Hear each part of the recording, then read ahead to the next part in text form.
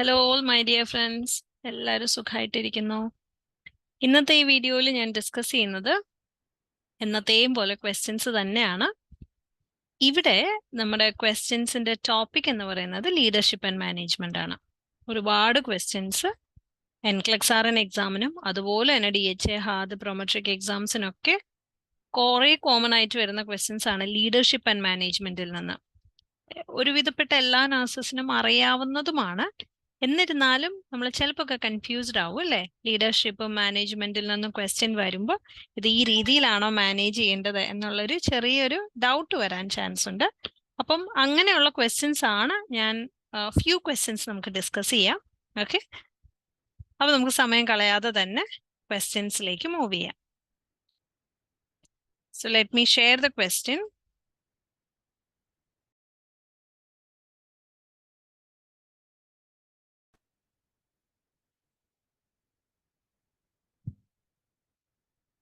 Discuss questions.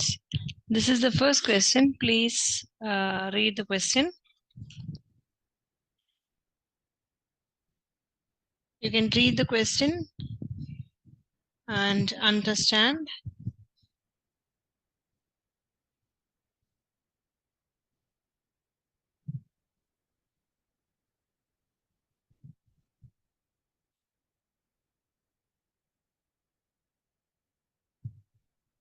An elderly client is brought to the emergency department with a lethargy, chills, and sharp chest pain with deep breathing. Pulse oximeter shows 93% on room air. Respiration are 24. What is the initial nursing action?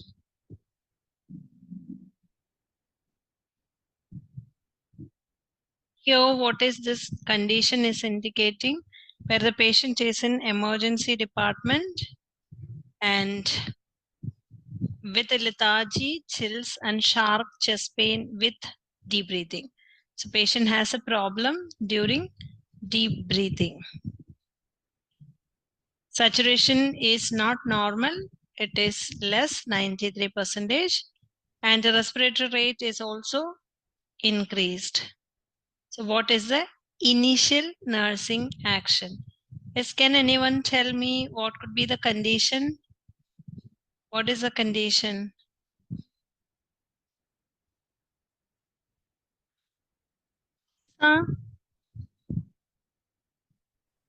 COPD. Condition is COPD. Okay, how? The oxygen saturation. Is low. Okay, but is there any other signs which is supporting with COPD?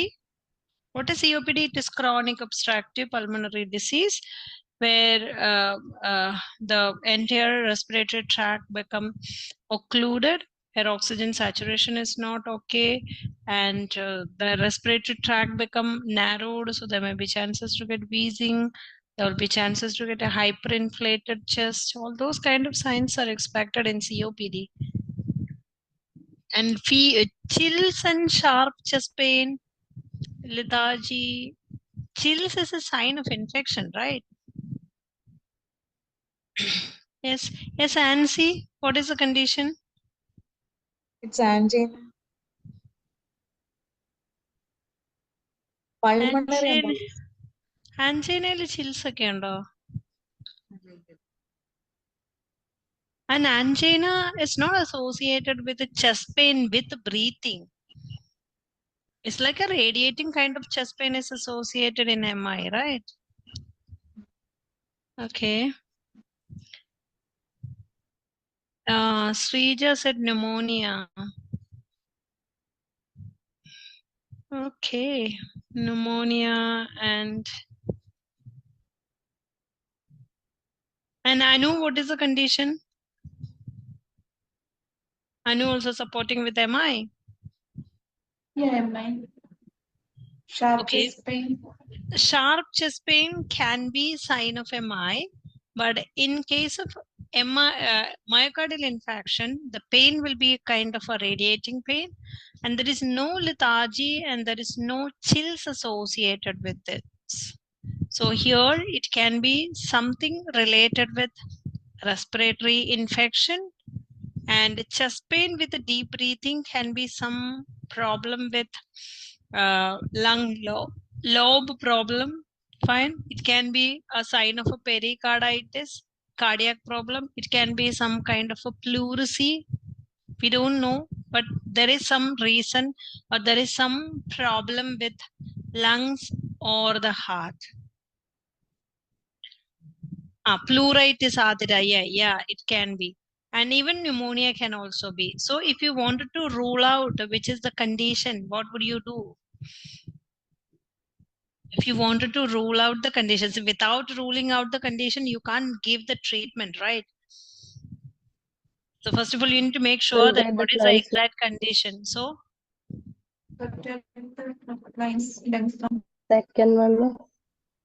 second one, Oscar till the client's lung sound can be.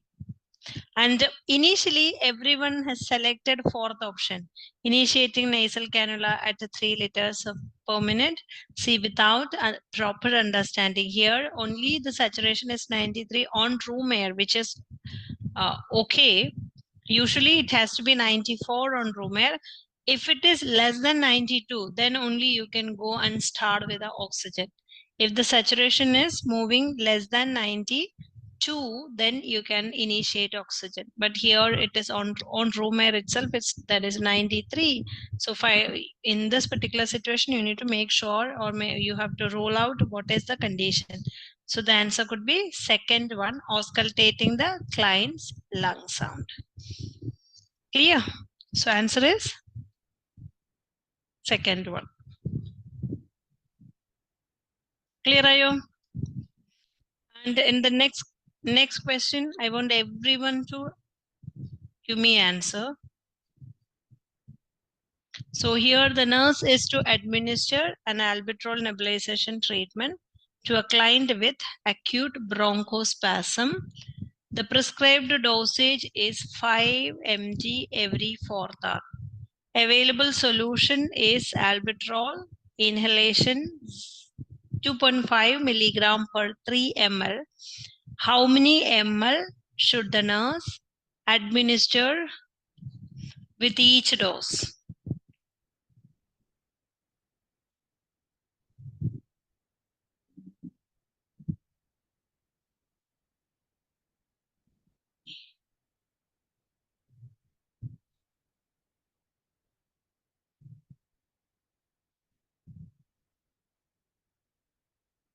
So here, what is the desired dose?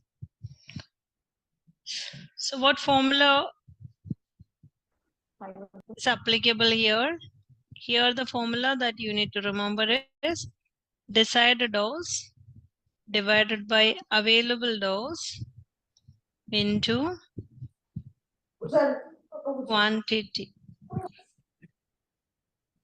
Okay, desired dose divided by available dose into quantity. Fine. So what is desired dose here? 5 milligram. Available dose is 2.5. So it 5 divided by available is 2.5 into 3. So how much did you get?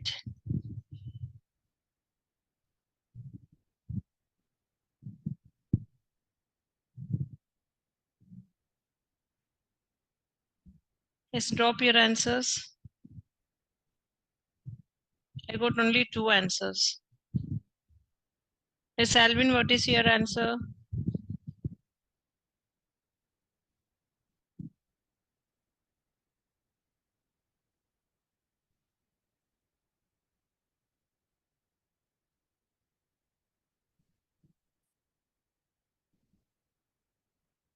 I do understand you are attending classes in mobile phone and you may not be having the calculator in front of you. You can write on the paper and calculate. Yeah, it is 6 ml. Okay, very good.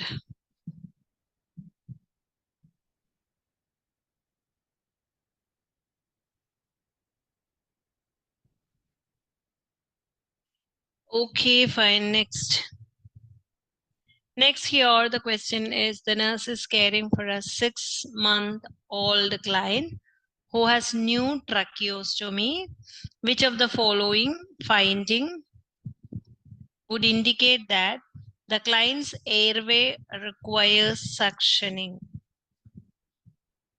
So the key of the question is the client's airway requires suctioning. You need to select the signs and symptoms of excessive secretions in the respiratory tract, or out of these 5 signs, you need to select the maximum signs in which you feel the patient require or the child's airway require suctioning. ഈ പറഞ്ഞിരിക്കുന്നതിനകത്ത് കുഞ്ഞിന് 6 മാസമുള്ള പ്രായമുള്ള കുട്ടിയാണ്. ആ കുട്ടിക്ക് ട്രക്കിയോസ്റ്റമിയിൽ secretions കെട്ടിക്കിടന്ന് tracheostomy almost block ആവാൻ പോവാണ്. അങ്ങനെയുള്ള sign select ചെയ്യണം. So you have to select the maximum answers. So please select.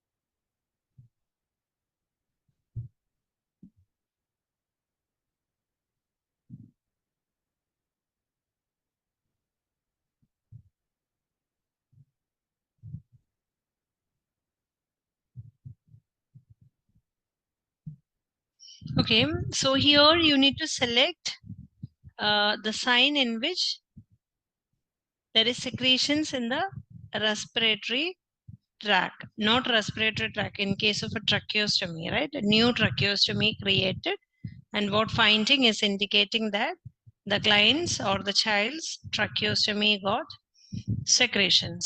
So option 1, audible gargling. Do you want that? First option.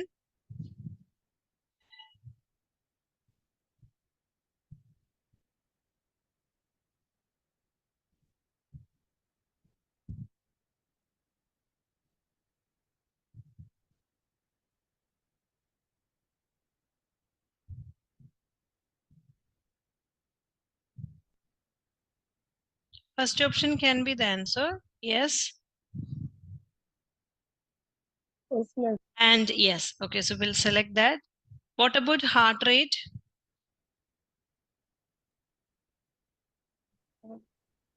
Heart rate is here, it's tachycardia, right?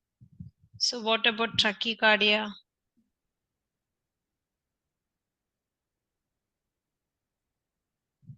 Tachycardia veno? Basically, in tracheostomy, tachycardia, yeah, it's not necessary. മനസ്സിലാവുണ്ടോ?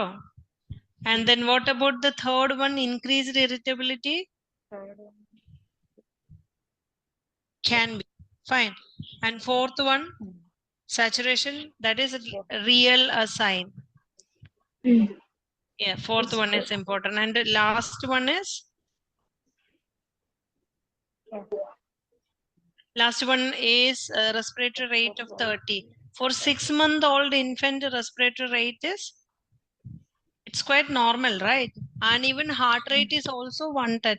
Here, heart rate 110 and respiratory rate 30. It's normal for 6-month-old. മനസ്സിലാവുണ്ടോ? This is normal, and the respiratory rate is also, it is slightly higher. Definitely, yes, it is slightly higher, but it is not indicating that the patient is having airway obstruction.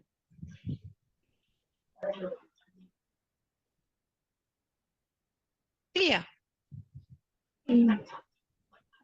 Okay.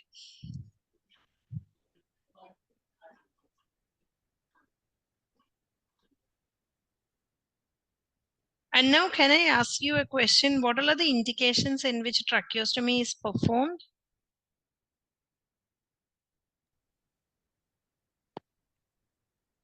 Newborns. What are the indication for tracheostomy in pediatrics?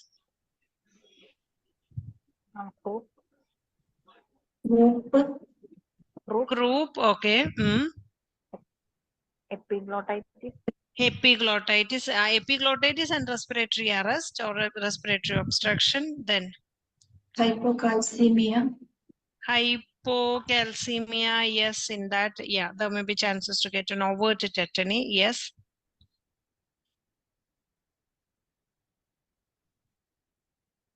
Anaphylactic shock. Anaphylactic shock, yes, can be. And you can just remember tracheal stenosis, and then vocal cord palsy, sleep apnea, central sleep apnea. Okay, neuromuscular disease, chronic aspiration. So these are the situations where we perform tracheostomy. Okay.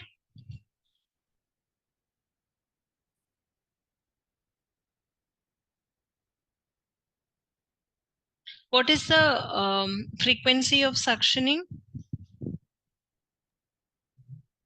10 seconds. It should not be greater 10 to 15 seconds, or 10 seconds is better. Okay. And what is the frequency, how frequently you suction? Every hourly, every 15 minutes, every second hourly?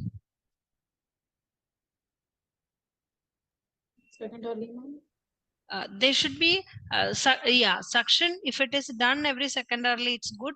You remember, don't do suction less than every 30 minutes. Okay, it should not be done every 20 minutes. It should not be done every 15 minutes. Max, the minimum time gap between suction should be half an hour. Fine. Because when you insert the catheter into the tracheostomy, there may be chances to get a hypoxia. So continuous making hypoxia is not really good. What are the complications of tracheostomy?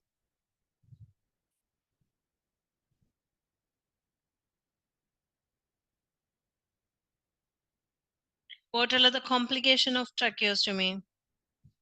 There may be tube blockage, there may be hemorrhage, and tracheal wall damage, and there may be chances to get a subcutaneous emphysema. What is subcutaneous emphysema?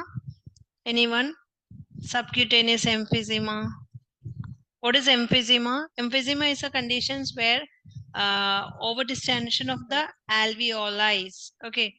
Subcutaneous emphysema is a condition. It is not related with respiratory. It is air accumulation in the subcutaneous space.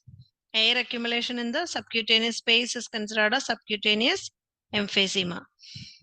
And in case of tracheostomy, there may be infection, there may be speech problem, olfactory disturbances, airway infections, bleeding initially, tube blockage. These are the complications. Okay.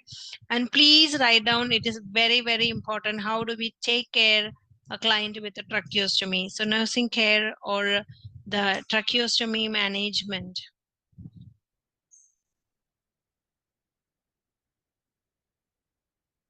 You can remember the acronym like this: Trache, T-R-A-C-H-E.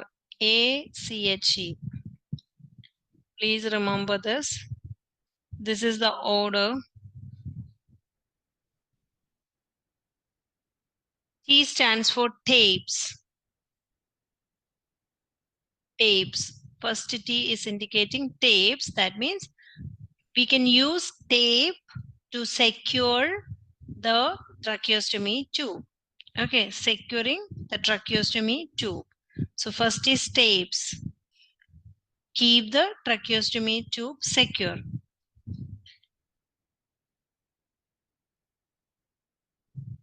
Second R is resuscitation. Suppose in case of tracheostomy tube dislodgement, we should know how to resuscitate.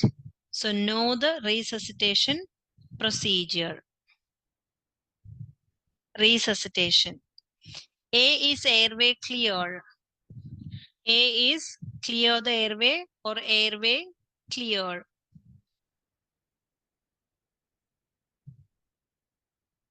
And C for care the neck. Care the neck and stoma. Care the neck and stoma. H is humidity.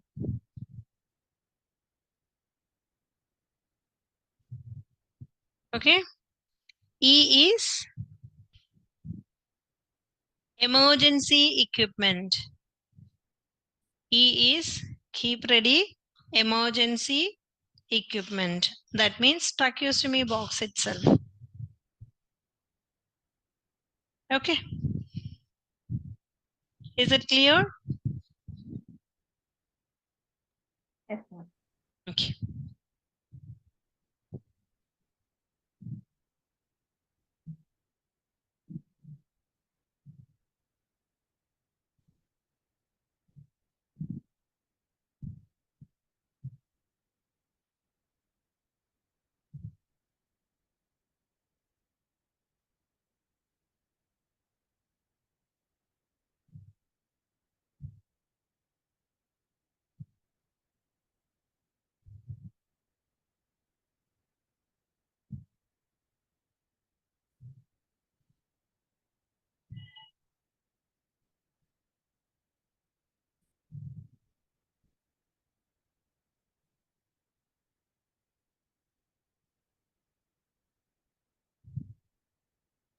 Next question is, please read this.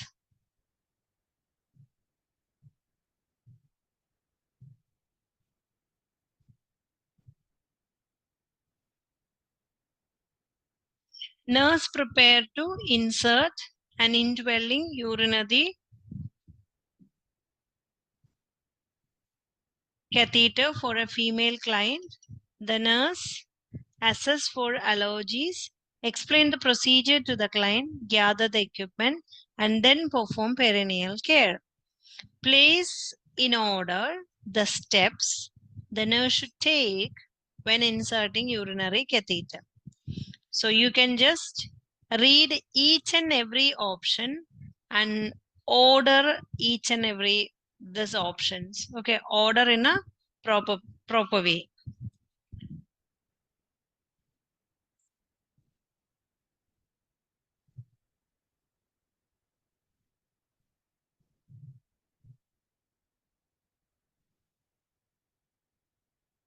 മനസ്സിലാവുണ്ടോ? ഈ തന്നിരിക്കുന്ന പോയിന്റുകൾ order ചെയ്യണം. First of all, you need to read and please write it down. Like only the order you can just rearrange. First one, apply sterile gloves. Sterile gloves and place sterile drape under the client's buttocks and perform hand hygiene. Use the dominant hand to cleanse the labial fold and use the dominant hand to cleanse the urethral meatus. So you have to reorder it. First point. Okay. Which one is first? First we will hand hygiene. Okay. Hand hygiene. Okay. Second. Apply sterile gloves. Sterile gloves. Apply sterile gloves. Okay. And the third one is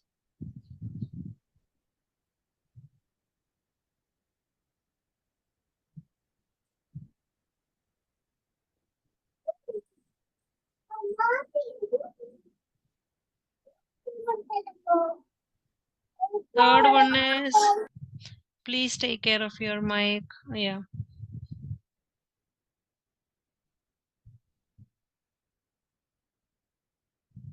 Next one, use the dominant hand to cleanse the labial fold and use the dominant hand to cleanse the. Which one is done first, 3 or 4? Third one or fourth one? Which one is done next? Third one. Yeah, first we will clean the labial fold and then urethral meatus. Okay, so this is D, and the last one is fifth one, right? So this is in this order. 2, first 2, second one, then 3, 4, 5. Okay.